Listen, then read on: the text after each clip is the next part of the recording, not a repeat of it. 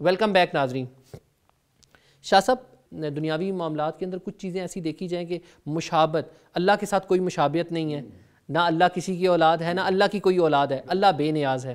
تو سورہ اخلاص کے اندر جو فرمایا گیا ہے اس کے اوپر تھوڑی سی روشنی ڈالیے. سورہ اخلاص اس کو سورہ توحید کہتے ہیں. بے شک. اور اگر کوئی شخص اللہ تعالیٰ کی توحید بیان کریں تو اس سے بہترین کوئی توحید بیان نہیں کی جا سکتی ہے جو سورہ اخلاص میں بیان ہوئی ہے. اور چونکہ بنیادی طور پر اللہ تعالیٰ کا یہ ذکر بھی ہے, اور ہمارا ٹاپک چونکہ ذکر کے ساتھ, تو آپ نے کہا کہ جی ذکر کے حوالے سے, اور یہی وجہ ہے کہ یہ میں نے جو ابھی عرض کیا کہ لا الہ الا اللہ یہ افضل الذکر ہے, تو وہ بھی اسی لیے افضل ذکر ہے کہ اس کے اندر بھی اللہ تعالیٰ کی وحدانیت بیان ہوئی ہے, باقی سب کی نفی ہے اور معبود برحق کا اس بات ہے, چونکہ وہ بھی وہاں توحید ہے. اب آپ نے سورہ اخلاص کے بارے میں کہا, تو سورہ اخلاص یہ وہ عظیم صورت ہے. دیکھیں آپ, اللہ تعالیٰ فرماتے ہیں حبیب قل, آپ فرما دیجیے, هو اللہ احد, وہ اللہ ایک ہے. اب یہاں سوال ہو سکتا ہے کون سا اللہ ایک ہے؟ حضور کو اس طرح مخاطبہ کیوں کیا گیا کہ حبیب آپ فرما دیجئے وہ اللہ ایک ہے؟ تو مفسرین کرام فرماتے ہیں یہاں سبب اور وجہ یہ ہیں کہ اللہ تعالیٰ کو اپنی سر کی آنکھوں سے اگر دیکھا ہے تو صرف آمنہ کے لال نے دیکھا ہے, تو یہاں اشارہ اس طرف ہے. فرمایا وہ اللہ ایک ہے جس کو میں دیکھ کے آیا ہوں. بے شک. فرمایا اللہ الصمد, وہ بے نیاز ہے, یعنی اس کی بے نیازی کا عالم کیا ہے؟ اس کی بے نیازی کا عالم یہ ہے کہ اگر وہ قبول کرنا چاہیں, کسی پر کرم کرنا چاہیں, کسی پر مہربانی کرنا چاہیں, تو اس کی ایک ادنا سی نیکی کو وہ بڑھا دیں. اور وہ اتنا بے نیاز ہیں کہ اگر وہ کسی کو رد کرنا چاہیں تو شیطان جیسی سالوں سال جس نے عبادتیں کی ہو تو اس کی رد بھی ہو جاتی ہیں, چونکہ وہ بے نیاز ذات ہیں. اور پھر اسی ذات اقدس کے متعلق چونکہ فرمایا گیا کہ نہ وہ کسی سے پیدا ہے, نہ اس سے کوئی پیدا ہے, اور نہ ہی اس کا کوئی ہمسر ہے, یعنی اس کے برابر کا کوئی ہے ہی نہیں ہے. یعنی ایسی ذات اللہ تبارک و تعالی جل مجدہ الکریم کی ہیں. وہ تو بڑی بے نیاز ذات ہیں اور بڑی اولو العظم ذات ہے. اس کی عظمتوں اور اس کی شان, اس کے مقام اور اس کی مرتبت, یہی وجہ ہے نا کہ اللہ تبارک ہر چیز میں آپ غور کریں, فکر کریں, تدبر کریں, لیکن ذات خداوندی یہ غور نہیں ہے. یہاں بے شک یہاں پر غور کا تصور نہیں ہے کہ آپ اس میں غور کریں گے تو نہیں, وہ بغیر غور کے غور ہے. اور وہ ذات ہے کہ اس میں وہاں بالکل آپ نے بغیر کسی چونوں چرا کے اس کو تسلیم کر لینا ہے, اسی ذات اقدس کو. بے شک بے شک. یہی سوال میرا آپ سے ہے, مزید تھوڑی رہنمائی آپ فرمائیں. ذکر کے متعلق تو وہ بہت پرانا ایک شعر ہے, وہ بھی میرے ذہن میں آیا کہ نہ دنیا سے, نہ دولت سے, نہ گھر آباد کرنے سے تسلی دل کو ہوتی ہے, فقط خدا کو یاد کرنا. بے شک بے شک.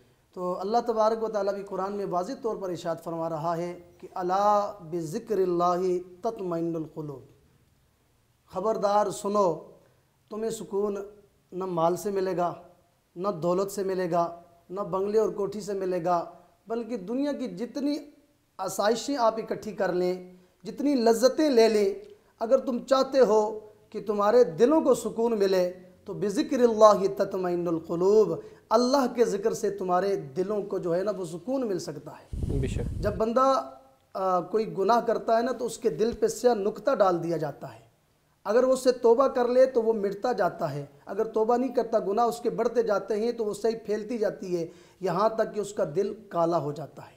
اور اللہ کے نبی صلی اللہ علیہ وسلم نے فرمایا, بڑی خوبصورت حدیث مبارکہ ہے کہ میرے صحابہ جس طرح لوہے کو زنگ لگ جاتا ہے اسی طرح دلوں کو بھی زنگ لگ جاتا ہے, زنگ لگ جاتا ہے. تو صحابہ کرام نے عرض کی یا رسول اللہ صلی اللہ علیہ وسلم, لوہے کا زنگ تو جب ہم آگ میں ڈالیں تو وہ اس سے دور ہو جاتا ہے, یہ دلوں کا زنگ کیسے دور ہوتا ہے؟ تو اللہ کے نبی صلی اللہ علیہ وسلم نے فرمایا میرے صحابہ لوہے کا زنگ جو ہے وہ آگ سے دور ہوتا ہے, جو دلوں کا زنگ ہے وہ اللہ کے ذکر اور موت کو یاد کرنے سے دور ہوتا ہے. کیونکہ بندے کے دل میں یہ رہنا چاہیے, اللہ کو یاد رکھنا چاہیے کہ میں نے اللہ کے ہاں پیش بھی ہونا ہے. تو اسی لیے اگر بندہ چاہتا ہے کہ اس کے دل کو سکون ملے, اس کے دل کو سکون ملے, تو اسے اللہ کو یاد کرنا ہوگا. اور یاد رکھے کہ اللہ تبارک و تعالیٰ اپنے بندے سے بڑا پیار کرتا ہے. بے شک. جیسے کہ شاہ صاحب نے آیت مبارکہ تلاوت کی, فَاذْكُرُونِي اذکرکم واشکرونی ولا تکفرون. اللہ تبارک و تعالیٰ چاہتا ہے کہ میرا بندہ مجھے یاد کرے تو میں بھی اسے یاد کروں گا, میرا بندہ مجھے یاد تو کرے. وہ بڑا خوبصورت واقعہ, بڑا سبق آموز بھی ہے. میرے ذہن میں آیا ہے نا کہ ایک بندہ تھا نا, بہت گناہگار تھا, اور وہ اپنے بت کو پکارتا تھا, یا سنم یا سنم یا سنم, صبح و شام وہ بت کو ہی پکارتا تھا. ایک مرتبہ غیر ارادی طور پر اس کی زبان سے نکل گیا یا سمد، تو رب ذوالجلال حاطف غیب سے آواز آئی میرے بندے میں حاضر ہوں، میرے بندے میں حاضر ہوں۔ فرشتوں نے عرض کی مولا اتنا گناہ گار بندہ ہے، اتنا گناہ گار بندہ ہے، یعنی ساری زندگی یعنی اپنے بت کی پوجا کر رہا ہے، یا صنم یا صنم یا صنم، آج غیر ارادی طور پر غلطی سے اس کی زبان سے یہ نکلا یا سمد، تو یا اللہ تیری رحمت جوش مار گئی ہے۔ رب ذوالجلال کی طرف سے آواز آئی میرے فرشتوں اگر آج اس نے یا سمد مجھے پکارا ہے تو میری رحمت جوش میں نہ آتی تو پھر اسے اپنی آغوش میں نہ لیتی، تو یہ کیا سمجھتا پھر کہ اللہ کون ہے۔ آج اسے یہی بتانا ہے کہ اللہ تبارک و تعالیٰ چاہتا ہے میرے بندے میں آپ سے بڑا پیار کرتا ہوں، بے شک آپ مجھ سے مانگ کر تو دیکھیں، بے شک بخشش مانگ کر تو دیکھیں اور رحمت مانگ کر تو دیکھیں۔ اور یہ جو ذکر ہے یہ اجتماعی طور پہ بھی ہوتا ہے، ایک تو ہوتا ہے کہ بندہ انفرادی طور پر ذکر کرے چلتے پھرتے اٹھتے، ایک ہوتا ہے حلقہ بنا کر۔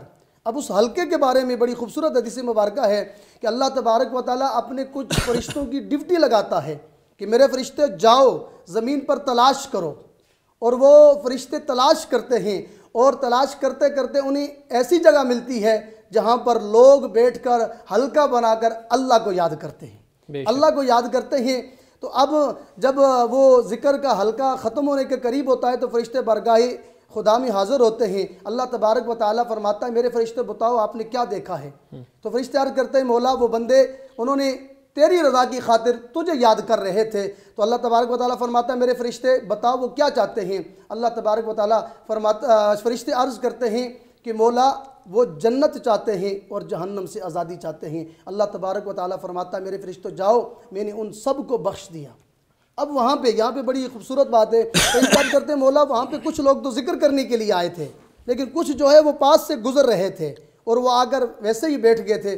اللہ تبارک و تعالیٰ فرماتا ہے کہ میں نے ان اچھوں کے صدقوں سے اور اس ذکر کی فضیلت سے میں نے ان کی بھی مغفرت فرما دی ہے۔ اب یہاں پہ دیکھیے بخاری شریف کی پہلی حدیث مبارکہ ہے انما الاعمال بالنیات، کہ بے شک اعمال کا دار و مدار نیتوں پر ہے، لیکن جب ذکر کی فضیلت کی بات آتی ہے اور جو اللہ کے ذکر کرنے والے لوگ ہوتے ہیں ان کی صحبت کی بات آتی ہے تو رب ذوالجلال نے یہاں پہ اس قانون کو بھی تبدیل کر دیا۔ بے شک اب وہ اس نیت سے نہیں آئے لیکن رب ذوالجلال نے ان ذکر والوں کی برکت سے ان ذکر والوں کی صحبت سے ان کی بھی بخشش فرما دی ہے۔ بے شک اور بخاری شریف کی آخری حدیث مبارکہ ہے، آپ نے وہ اوراد و وظائف یعنی اذکار کے حوالے سے بتایا، اللہ کے نبی صلی اللہ علیہ وسلم نے فرمایا کلمتان حبیبتان خفیفتان علی اللسان ثقیلتان فی المیزان او کما قال علیہ الصلوۃ والسلام، کہ دو کلمے رب ذوالجلال کو بڑے محبوب ہیں، بڑے ہی پیارے ہیں، الفاظ کے اعتبار سے زبان پر وہ بڑے ہلکے ہیں لیکن وزن ان کا بہت وزنی ہے۔ وہ کون سے کلمات ہیں؟ سبحان اللہ و بحمدہ سبحان اللہ العظیم، سبحان اللہ و بحمدہ سبحان اللہ العظیم۔